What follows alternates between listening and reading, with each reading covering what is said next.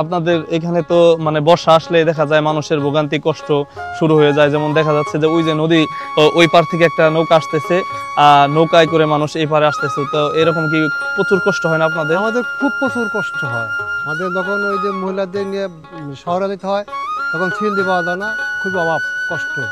আর খাওয়া নৌকাটা যদি এক দেড় ঘন্টা পর পর নৌকাটা আসে, বুঝছেন। আমাদের তোহালি তারপর যে নাগরপুরের লোক এখানে চলাফেরা করে।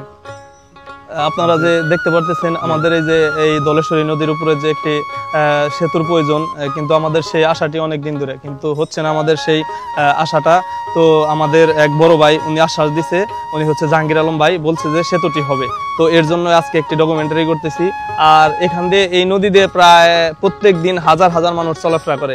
এখান দিয়ে সেই সোহালি সিরাজগঞ্জে উপজেলার কিছু লোকজন যায়, আবার পাবনাতে যায়, আবার দেখা যাচ্ছে যে কুষ্টিয়াতে যায়।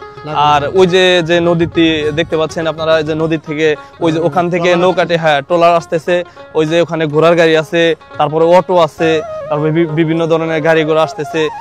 একজন মানুষ যদি ডেলিভারি হয় তাকে নেওয়া কি আপনি কষ্ট মনে করেন না? এখান থেকে ওই পারে নেওয়ার জন্য খুবই কষ্ট। সিএনজি দিকে আসে না, খুব কষ্ট। আর সিএনজি আসতে গেলে প্রচুর টাকা ভাড়া নেয়, ভাড়া বড় কথা, সিএনজি আসে না।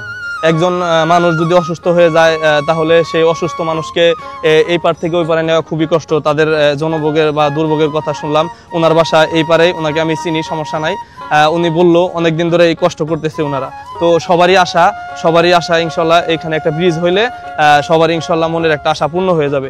তো আমাদের টাঙ্গাইলের গর্ব, যাকে না বললেই হয় না, আমাদের বাংলাদেশের এক সময় স্বরাষ্ট্রমন্ত্রী ছিলেন এবং আর্মির মেজর ছিলেন, তিনি হচ্ছেন আমাদের মেজর জেনারেল মাহমুদুল হাসান। তো উনি থাকলে হয়তো আমাদের এই ব্রিজটা হয়ে যাইতো গা ইনশাল্লাহ। আর আপনারা যে দেখতেছেন ওই যে নদী দিয়ে কত সুন্দর করে একটি ট্রলার আসতেছে, ট্রলারের মধ্যে অনেকগুলা মানুষ আসছে।